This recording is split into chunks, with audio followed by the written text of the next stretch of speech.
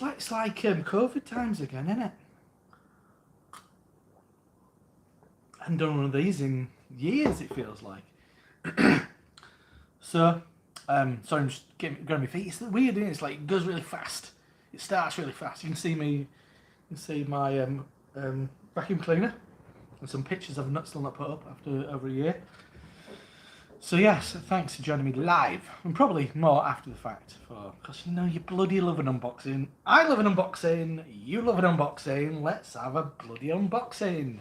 That was my old catchphrase, wasn't it? Back in the day, back in those COVID times of doing unboxings all the time. So, I've had a week off. I'm back but I am back in work for one day this week. Cause I'm a bloody soldier. That's why you gotta depend on this guy. Anyway, and but so I haven't been into York this week, but needed a bit of beer. Just felt like buying some beer a little bit, I think. Oh, there's a thing. Privacy policy. What's all this bullshit? Oh, somebody said hello. Sorry, I didn't. You disappeared for us, so you were. But thanks for tuning into this epic unboxing. Fucking love an unboxing, don't you? I can tell. But yeah, I've done one of these for ages. But I'm going into York this week, and you mean my train ticket to York's about 20. If I'm lucky, about 23 quid. That's my bi-weekly commute. I mean, it's twice a week. I go to York, so I'm not going this week. But I mean, postage is only like 7 quid, and so that's a lot cheaper than my train ticket would have been. So I thought, why the bloody hell not? And there is something specific in which is a present, which I'll get onto that in a bit. So unboxing. I usually have a little box opener, which has just got a little bit of blade available, but as people always used to like to use a massively inappropriate. I forgot to put my light on. I want a dingus. People always used to use massively inappropriate blades and stuff to open boxes. I'm going one step further. As a graphic designer, I have in my possession at all times a scalpel. Use it for cutting up shit, like making models and making prototypes and shit. So instead of somebody like Simon used to always use like a fucking kitchen knife, I'm using a bloody surgical scalpel, mate. So it's not a massive order. I think there's only 9 cans in here, I think. But I thought, do you know what? Do you know why I'm doing this? I bumped into Ian, who's one of the main guys at Trembling Madness. Is he the owner? I never really fully figure it out. I bumped into him a couple of weeks ago in the shop, and he seemed to have a little bit of a. He was a bit disappointed, I'd say, more than and irritated by another. I don't know. I mean, I don't know these people. They're not. It's not my kind of channel. They do a lot of reviews of like perfect draft and all that in business. It's not my kind of thing. They can do what they want. It's not my business. But they kind of had. They were being a bit unreasonable, I think, and they kind of went after Trembling Madness a bit. And I was like, I'm going to bloody show my spot to Trembling Madness because I've been shopping there for years and years and years and years and years. And I think they offer some of the best service online. And I mean, the range is pretty much unparalleled. So, getting obviously the obligatory letter from Gary Trembling Madness. It says, "Dear Rob from Hot Scene, it's been such a long time since we sent you a letter. So we thought we'd send you a little missive to kind of show our appreciation for you placing this order. It was lovely to see you recently in the shop. Shame you couldn't pop in this week. Thank you for placing an online order." Ian was also entertained by me managing to guess which breweries the boxes were of previous use of. If I can spot them, there's a hop on that one. Ooh, NY. Okay, I'll put an X in there maybe. Nah. Don't know that one. I know this is the best part of the video. Can I guess the boxes? Sorry, Ian, if you watch this, mate. That might be Verdant. This is Drink Fresh.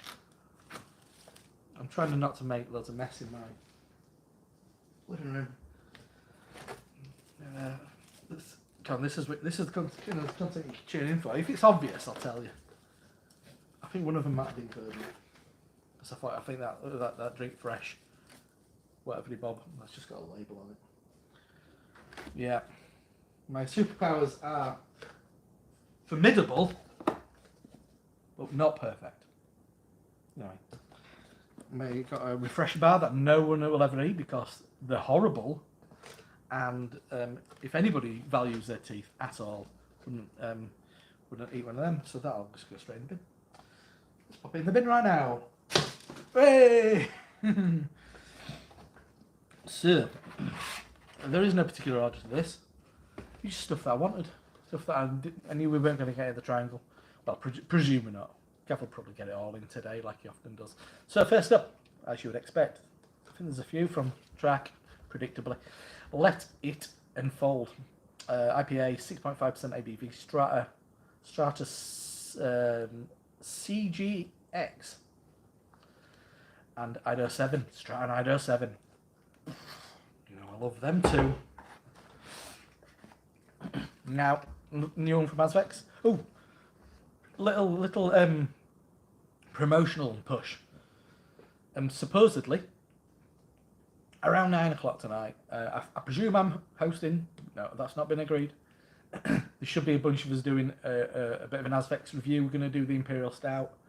And I think a few of us might have a pale ale to drink as well. As far as I know, it's me, Adam, Maisie Beers, Peter, clueless drinker. But he drank the stout. Maybe he bought more than one can. I don't know. So, I think Peter, I think Jake, and international superstar guest, we've got Thomas from Thomas Open from the Netherlands. He's managed to get some Asvex, I think. Hopefully he has. He wasn't sure, he wasn't 100% sure, but he wanted to be involved. Oh, so anyway, so beer, Asvex, IPA, 6.5. Hey, with all this new duty stuff, it's not going to affect the love of my 6.5 all that much, is it? I mean, I'm all for it. Not all for it, obviously, but I'm all for beers of a lower ABV anyway. I think we've got into this situation. Sipping beer for the work. I am actually working. Just having a little break. I just come off a chat with my line manager, so well, this be a good time. Well, can have a bit of downtime, really. I don't think I'm all for beers not being too strong, unnecessarily strong. Everything seems to be double IPAs, it feels like. And I think we got ourselves. This is the hangover from, excuse the pun, from COVID, when double IPAs were everywhere. When it was breweries utilising hops that they had, making a bang for your buck, I guess, in that sense for them. I mean, they're making more money per beer because everybody's buying a more expensive beer.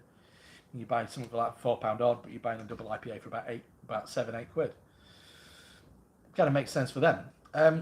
But I'm all for beers, tasty beers, lower ABV. I mean, 5 to 6.5. I think for me, that's my sweet spot. Drinkability is better, and you're not going to get hammered. So there's my waffle, and this is Seismic Standard, and it is Nelson, Citra, and Azaka. Sounds nice. That's a new one come out last week from Asvex. A lot of these are probably last week's releases. It's usually the case, like Track. Just release something. I'll probably get that at Triangle because we get deliveries from Track every 2 weeks. So Track make weekly releases, but we don't always get those 2 weeks worth of releases. We might get a week and a bit because some of it might have sold out. And I don't want to miss my Track releases. So got another one. By the way, these, apart from one, they're all IPAs, predictably. Some of these might get to Becky's house on Wednesday for us to share. Some of them might not. Just so you know, I'm going to probably have a drink of 1 or 2 of them after work on Sunday. That is guaranteed. So, Snake City, IPA at 6%. Once again. Citra, Chinook, Ella. Pollies. I do like Pollies. Always good value. What's this little fella? Oh, this little fella down here. Oh, forgot about this one. They've just released a bunch of like Oregon Trail Trilogy or something. Did they do? I can't remember what they were. But they know they're doing a triple one. I'm not interested in that. I didn't like the double Oregon Trail, but this is Sunset Oregon Trail, West Coast Red IPA. Andy does good red ales. I mean, I guess he can. To prominent. Well, he got his break really doing a red ale, which won him the competition, the homebrew competition, which gave him a grand, and the kind of gumption to start the brewery. So a red Oregon Trail essentially. Shaberneth. I like a red IPA. Oh, this is a fancy one. Oh, got to the fancy one. I've had some good experiences with the Vale recently. Red Miato or something like that. That was really good, and they're not a bad price. I mean, compared with some of the Trillium, which is knocking around at the moment, it's bit past its best and it's expensive. The Widowmaker stuff's been good, but I've had good experiences with the Vale recently. I've got contrasting opinions about the Vale. I need to bring that sticker back. I've got a sticker what I got from Cloudwater Friends and Family years ago, and it's a fantastic sticker. I just don't know where to put it. It's the Vale, but it's the Seinfeld logo, and it's cool as fuck, and I've still got it. So anyway, so this is, and I also, it was best rated one. I'm a fucking sucker for an Untapped rating, so there's nothing wrong with being. It's a guide, isn't it? Really, is it shit or is it shit hot? That's my new catchphrase. Is it shit or is it shit hot? So this is called At Nature Boy, which I'm thinking it's about the Nature Boy. Woo! But it's not. I think it's some rapper, isn't it? Some rapper. That's the most research I've done in quite a long time. But it's a double dry hopped double IPA brewed with Citra and Moto Echo. You seen a theme occurring yet? Citra. It's just every beer's a fucking Citra in that these days. Next up, we've got White Rabbit from Verdant. This one is 6.5. Bing, bing, bing. That's one for the old school beer tubers, that a reference. This is on the hot side. It's got HBC 630. Don't know what that one is. And then on the cold side, once again, HBC 630. Nelson Sauvin, Mosaic, and Galaxy. Galaxy's in a lot of stuff these days. There you go. Verdant. Bloody love Verdant. Here he goes. Herein lies the kind of one of the reasons for placing soda. I didn't want it to sell out. I think it's a Cologne style lager from Sure Shot, and it's called The Best Penguin in the World. Becky, if you're not watching it now, I will send you a picture in a minute. And it's as you may be able to spot it. It is based on the label artwork is all about the very obviously the ever present dessert in Korea called Punky, and Matilda, Becky's youngest daughter, bloody loves a Punky. So, and I think she was really excited to get see a can of beer with Punky on it. So this is for Becky. She can share it if she wants. She can drink it herself. It's not. Just want Tilly to see a can of beer with Punky on it, just to get her excited. Next one is Tears from Beak. 6.5. Boom! Fucking come on! 6.5. 6.5. 6.5. 6.5. Sorry. Excuse me. Sip of water. Out of Piala glass, no less. Yeah. You know me. Yeah, that's a wrap.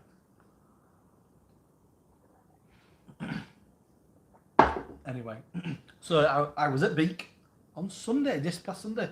What a wonderful experience. Drinking loads of Beak.